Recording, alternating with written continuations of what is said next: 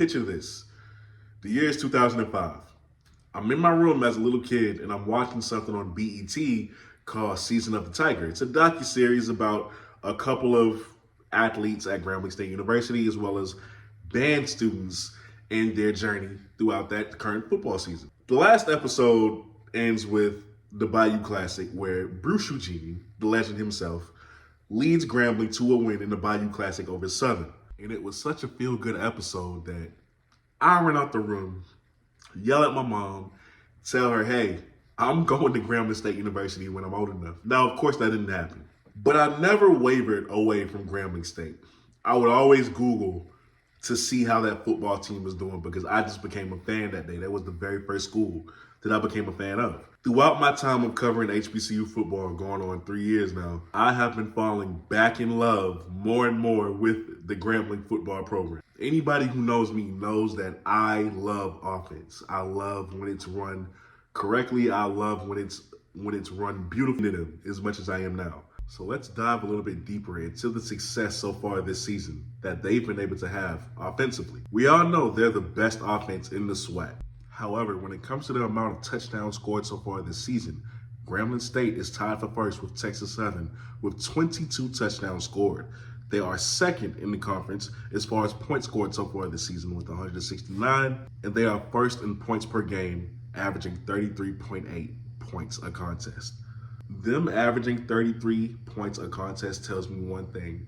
A lot of schools are going to have to be able to go blow for blow with Grambling if they want to beat them. This is a team that has been very much consistent offensively. So people who were at least a little bit familiar with Grambling knew that they've always had a running attack and that wasn't going to change. But Floyd Chalk and Chance Williams together is something special. I just thought it was going to be Floyd.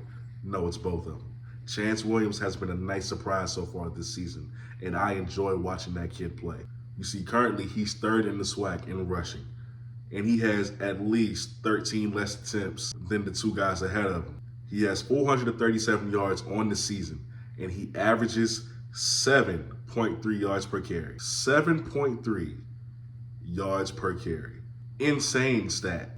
And he's coming in with about 87 yards rushing a game. Floyd Chalk, a guy who we've already known coming into the season, 285 yards, averages 4.6 yards a carry, and he has 5 touchdowns on the year.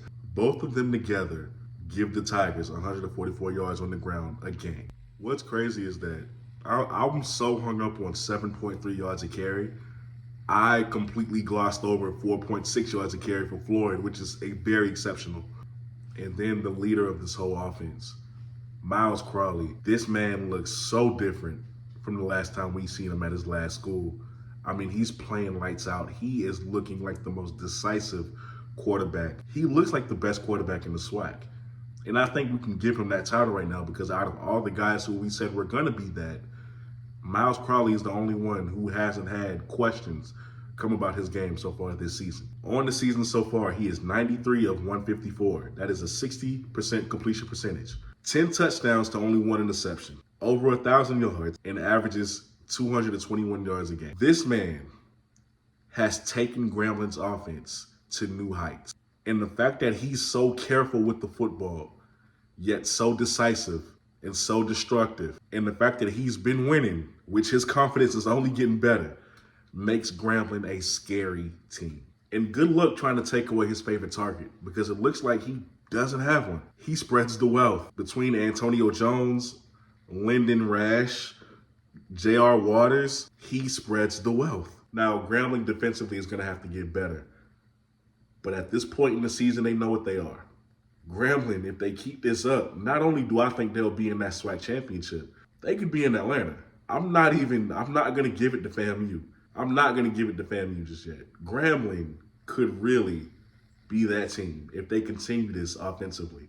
They're fun to watch. When I'm not at South Carolina State games or watching Jackson State, you best believe I'm tuned into the highlights or I'm streaming their games to see how they're doing. You guys let me know down below. Where do you have Grambling finishing at the season's end? Do you think they'll be in the SWAC championship? How do you think they'll finish out the other half of the season? How do you think this offense has been so far? With all that being said, You are watching the BlitzCity Podcast. I'm your host, Kobe Orr. I'll see y'all next time. I'm out. Peace.